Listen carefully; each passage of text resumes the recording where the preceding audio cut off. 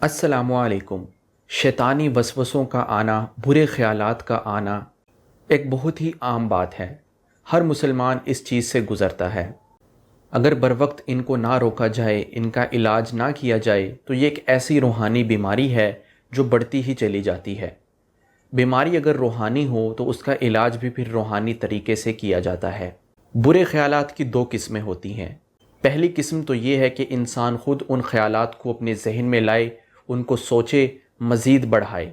इस पर तो इंसान की पकड़ होगी क्योंकि वो अपने इख्तियार से इस बुरे ख़्याल को सोच रहा है। और बुरे ख़्यालों की दूसरी किस्म वो है जो ख़ुद ब खुद आ जाते हैं, जिनको इंसान अपने इख्तियार से नहीं लाता, वो गैर इख्तियारी होते हैं।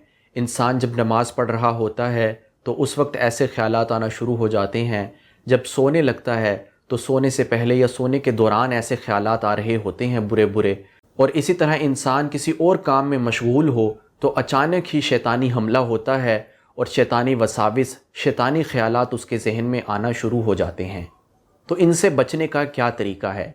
इससे बचने का तरीका ये है कि जब भी आपको ऐसे बुरे ख़यालात आएँ, शैतानी वसाविस आएँ, तो आपने फ़ौरन उनको सोचना बंद कर देना है और ये वजीफ़ा करना है। आपने 3 मरतबा सूरतुन नास तअव्वुज़ और तस्मिया के साथ पढ़नी है।